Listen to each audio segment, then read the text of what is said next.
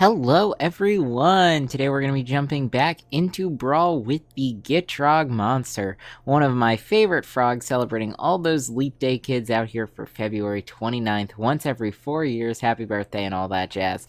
Now, deck list is down in the description, but I'm going to talk a little bit about our game plan and what we've got going on here. So, we have a couple of goals with this deck. First goal is focus on early game ramp, and then second goal is establish a means of playing lands from our graveyard. We ramp into our Gitrog Monster, and then from there, using a surplus of mana and landfall triggers, should be able to close out the game. So let's talk about what the Gitrog Monster does. This is a 5 mana 6/6 creature. It has Death Touch, and at the beginning of our upkeep, we need to sacrifice a land to keep the Gitrog Monster on the battlefield. We are allowed to play an extra land on each of our turns, having the Gitrog in play, which is going to be really good for us. And then whenever one or more lands are put into our graveyard from anywhere, we're going to draw a card. So as you can imagine, the land base is very important for this deck. We're going to be focusing on lands that sacrifice themselves and do things to get us extra card draw, and some lands that we want to get some extra value out of coming back out of the graveyard, because we have a bunch of spells that are going to pull things from our graveyard. So down in the lower mana cost section of our deck, low under the curve, we've got Utopia Sprawl, Delighted Halfling, Elvish Reclaimer, and a couple other good options for the early ramp. We also have a little bit of disruption with Thoughtseize and Inquisition, and some interaction with our opponent using Cut Down and Fatal Push. Stalactite Stalker is actually really good in this deck, because Gitrog makes sure that we actually get that Descend trigger going down, since we will be sacrificing a land each turn. So these two are very powerful together. Going up to the 2 mana slot, we have a little bit more ramp. Once Upon a Time is a great card to have in our opening hand.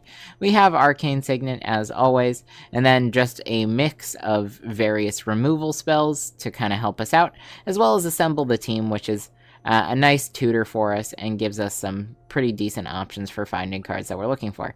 Now, we do include the Meat Hook Massacre. This is great against decks that go wide with lots of tokens, but we're not too keen on wiping the board all the time, since we have our own shenanigans that we're getting up to. Now, what better thing to do with all of our ramp than Torment of Hailfire? So this is a game-ending card for us. Obviously, we're going to be getting a ton of lands on the battlefield, and then eventually we're going to want to convert that into a bunch of damage on our opponent. But that being said, the Gitrog as a 6/6 is great at dealing combat damage as well. Now, next up, we have a couple of ways to play some extra lands. So we've got Azusa for 2 additional land drops. We have Dryad for both fixing our lands and giving us more land drops as well, both of which are going to be really powerful for us. Wren and Realmbreaker also fixes our land colors, which is really good. And then we have some of the first of our cards that benefit from having lands in our graveyard. So we have Crucible of Worlds and Ramnunap Excavator, both of which let us play lands from our graveyard.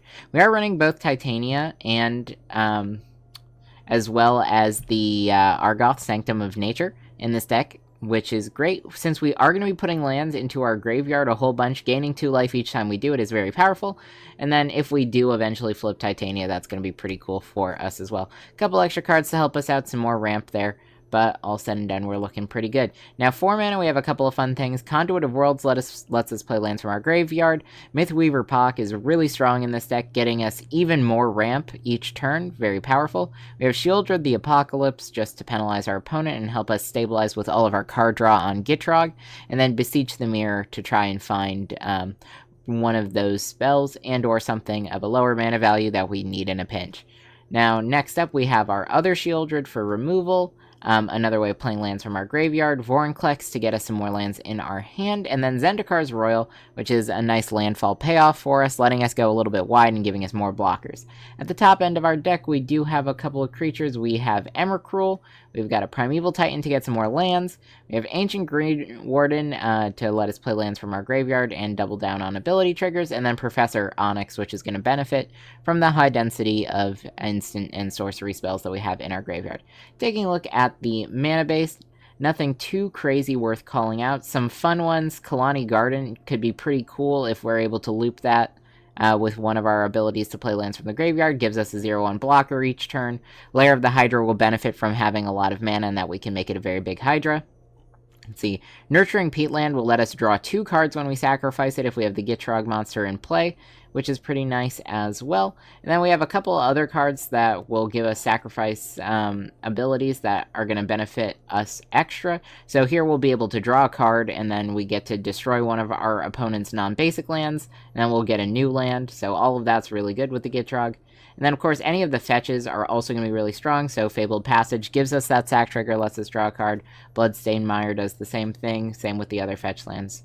And then Riveter's Overlook will do the same thing. We get a tapped land instead, which isn't the best, but we do gain life when we do that, and that's pretty nice as well.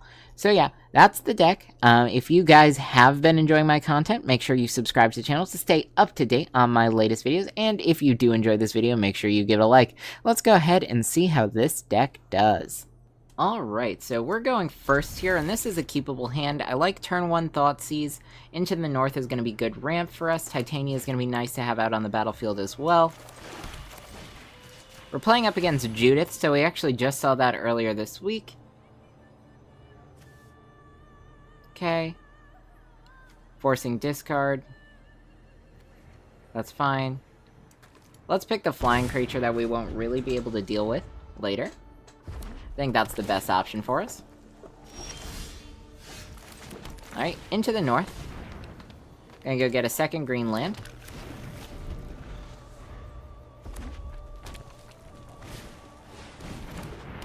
You have to discard a card. Let's see. We'll go with the Dread Knight here, I think. Let's play Titania. Then Lotus Field. Gain 2 life.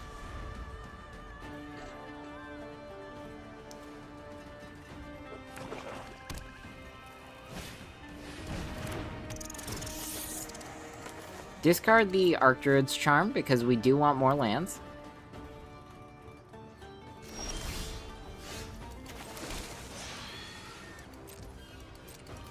I think we're just going to attack here. If our opponent chump blocks, that's fine.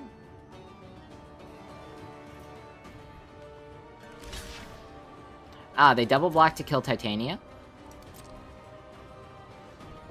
Also fine. Next turn we'll play out our Gitrog.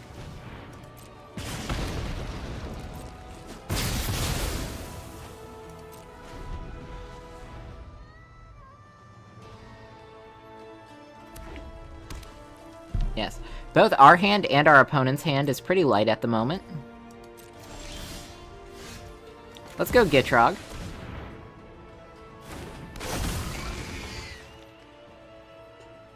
I think the card draw is going to be good for us. We'll have Cultivate next turn. Draw on some extra cards. They won't be able to play Judith and a removal spell for Gitrog, so I do feel good about that. Yep, just the Judith. We'll sack the Forest, draw a card, Scute Swarm. Alright, that's not bad. I think we'll go Cultivate here.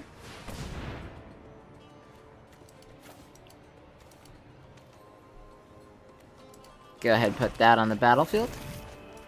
Play that. Play that. Play Scute Swarm. Move to combat, swing for 6. Now, Judith may be able to wipe our board here, but these are 2 prime targets for removal. We'll see what they pick. Either way, we can play Primeval Titan next turn, which is going to be pretty strong as well.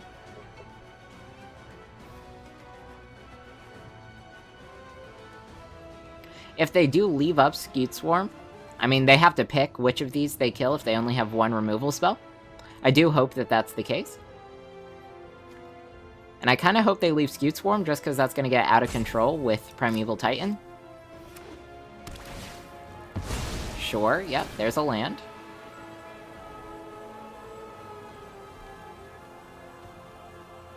Not particularly concerned yet.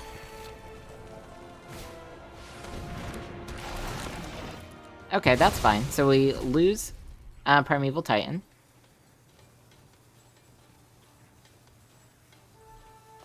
I do want to find a land. Or at least a way to play lands from a graveyard could be good. Gitrog's dead, and that's fine. Back in the command zone. We'll remove that. Bad perpetual effect. Yep. No blocks. We'll take 3. And I'm happy with this. We'll go Gitrog. Play a land. Double the Scute Swarms. Scute Swarm's gonna get out of control pretty quick. And we've got it. Alright, so on the play here, I think everything looks pretty good to me. We've got Once Upon a Time into the Reclaimer. Turn 1 with Lair of the Hydra in our hand. Everything's looking pretty good. Let's cast Once Upon a Time first. I think we're gonna go ahead and grab the Wooded Foothills.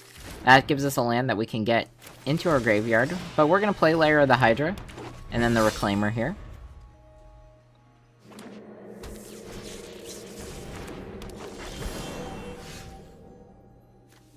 And let's see. We'll play Echoing Deeps. And pass the turn. We're gonna sack that to the Reclaimer to get a better land.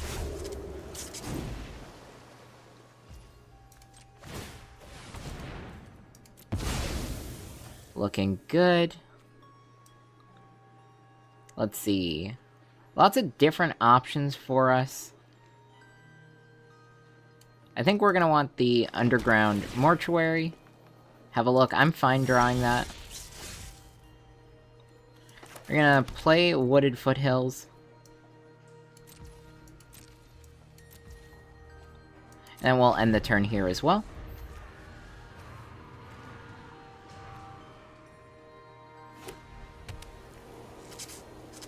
I think we're in a pretty good spot. Opponent may play Atraxa here.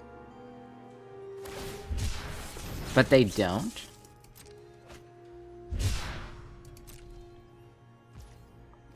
Okay. Let's sack the Foothills. We'll just grab a Forest. Tap this, sack the Forest. We get our buff here. I think we're gonna go Cavern. And we'll pick Frog.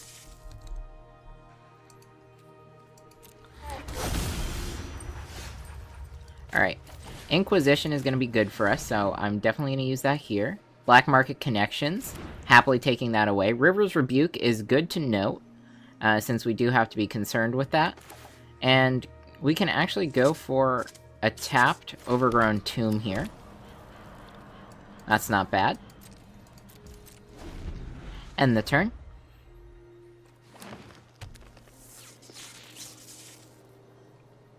We'll just hold up Elvish Reclaimer, even though we're probably not going to use his ability this turn. I'm pretty happy with the lands that we have. Yeah, he's a good blocker for Nissa, and it seems like we've got it. Alright, going first here. This looks pretty good. We'll go ahead and keep.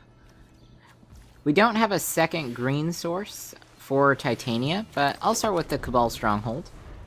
Just for fun. I don't mind playing up against the Myco Tyrant either. I think we're actually in a pretty good spot. I'm gonna play Malakir Mire tapped. Just so we get the tapped land on the battlefield on the turn that we wouldn't be able to cast anything anyway. We are playing a little bit slow here.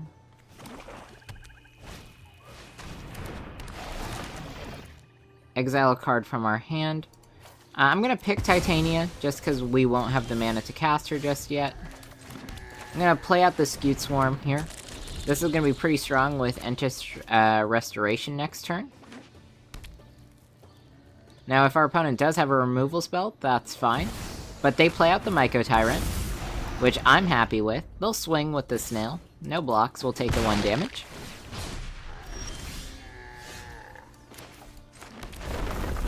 Alright, landfall. And then I think we're just gonna hold on to this. It's an instant, so we'll cast it during our opponent's turn. Next turn we'll have the Gitrog Monster as well, which is gonna be really strong. Rankle.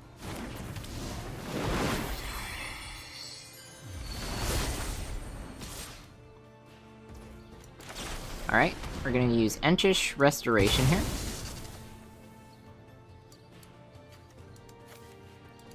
One of each. And this sets us up really nicely, because we just double block the Myco Tyrant like that.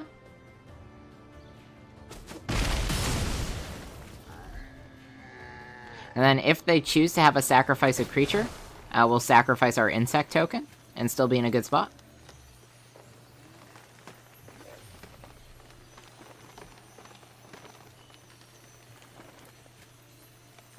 Alright, I think we are going to discard Torment of Hailfire, because I do really want that land for our next turn. We find Sheoldred, which is nice. We sack you. Let's see, I could go Gitrog. We get our second Scute Swarm. You can make a case for the Green Warden here. I do kind of like that. But I think it's going to be better for us in the long run just to use Infernal Grasp and kill Rankle. We'll attack. Yep, we've got it. Alright, going first here. This looks pretty good, so we'll go ahead and keep.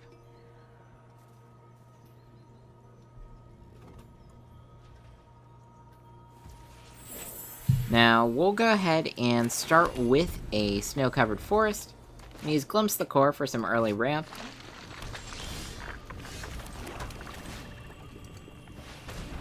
Opponent starts with a Reliquary Tower. We are playing against a colorless deck, which is good to note. Ghost Quarter is going to be absolutely insane if we can start looping it. Steel Overseer. I think we go Ghost Quarter here, and then we'll go Witherbloom Command. And then we'll just play this a little bit more aggressively, gain some life, kill the Overseer.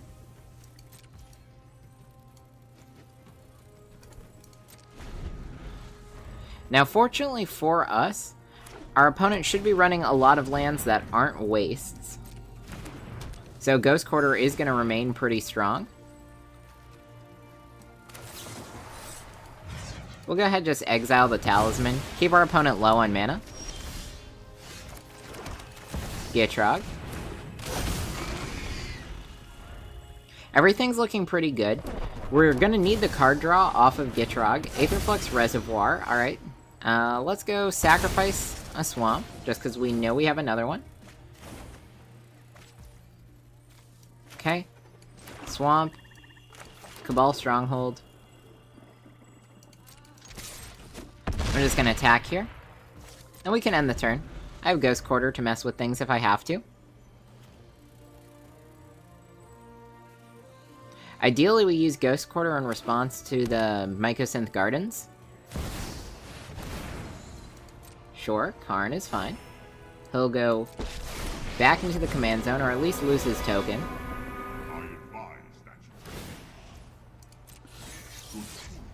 Alright. We'll put you in the hand.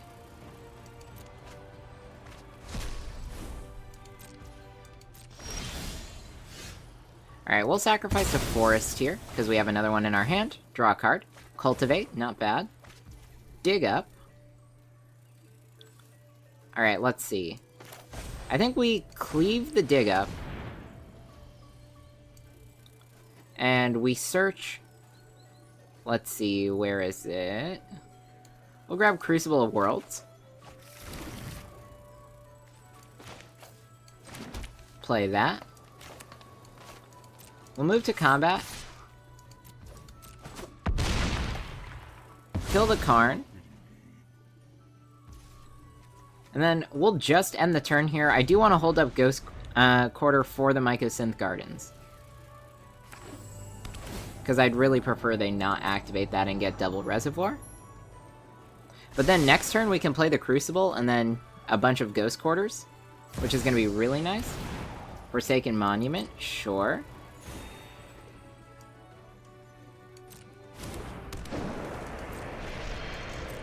My turn. Yeah. We'll sack. What do we want to sack here? Honestly, I'll sacrifice the Cabal Stronghold. Then let's go Crucible of Worlds. Ghost Quarter hit the Mycosynth Gardens. Draw a card. We've played none of our lands for turn just yet.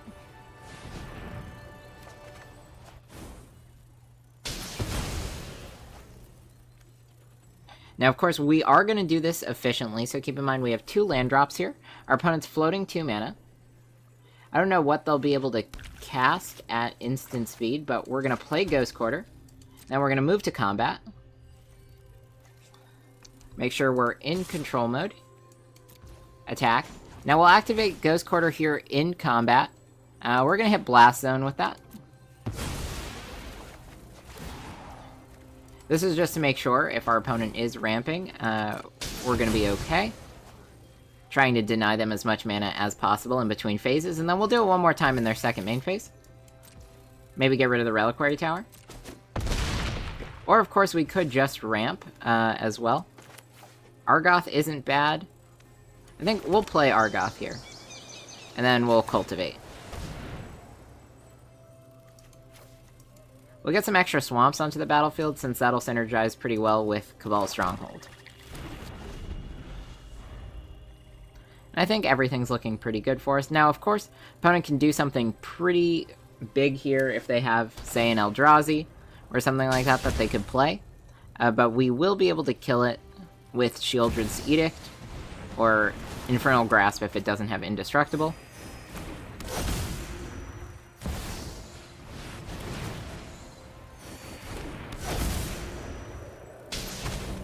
Okay.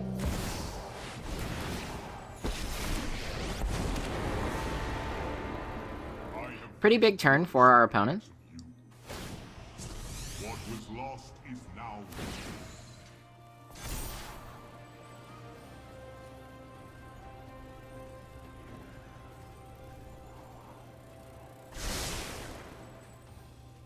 I'll just lose the life here. Yeah, that wasn't bad. Sack a land. I'm gonna sack a forest here because I want my swamps for Cabal Stronghold. Draw a card. We find Assassin's Trophy. Assassin's Trophy. Honestly, I think we've got to hit Forsaken Monument with that.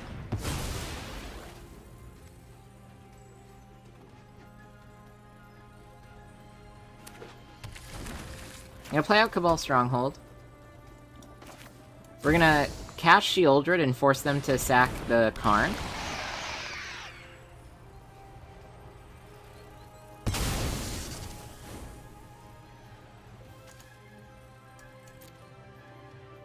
And then we'll have to pick for our last land what we want to do. We might go for the Bog and exile the Graveyard. I think that's going to be the play. So we'll play the tapped Bog, exile the Graveyard. And then attack for 6. Of course, it is annoying with our opponent still having Aetherflux Reservoir, but keeping them off the extra mana that they were getting off Forsaken Monument is definitely going to be worth it for us. They can replay Karn. And that's not a bad option for this turn. But we'll see. Cabal Stronghold is almost at a point where it's going to be useful for us. We might want to make a case for the double swamps. Of course, we can use Ghost Quarter if we have to. Ghost Quarter on Mirrex seems pretty good. Either way, Mirrex can't make blockers for our opponent. Unlicensed Hearse is also going to be a little bit of a problem since they can select some of the lands. I think they're going to get rid of Ghost Quarter. If they were smart, it's Ghost Quarter and Swamp that they exile, but we'll see.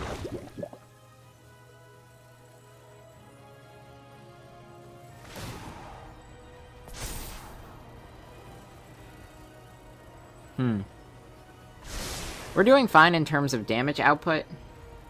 We'll lose the life. We're high enough. Yeah, that's fine. I'd rather our opponent not have Ulamog anyway. Sack a land. We're gonna hit the Bog here, draw a card.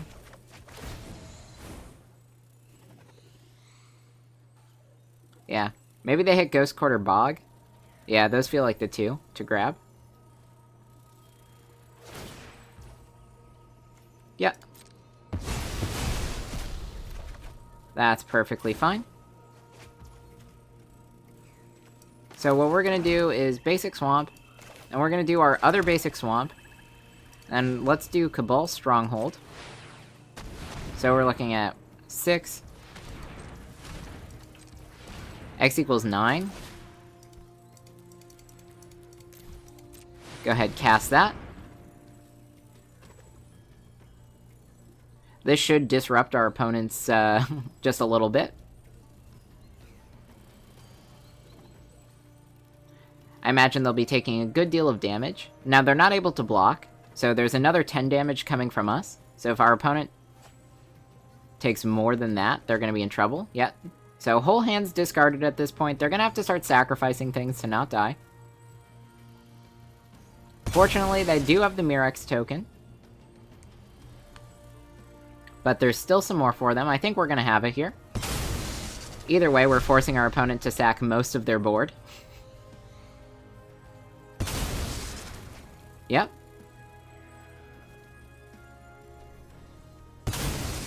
Yep, that's fine. Start taking damage, yep. Opponent's down at 2. I feel really good about this, especially with 2 removal cards in hand. Opponent only drew 1 card. Playing Karn isn't going to help them. And I don't think there's any card in their deck that gets them out of this alive.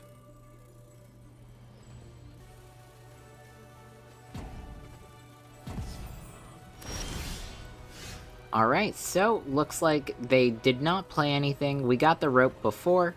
I think we just have to get through that one more time and then the game is ours.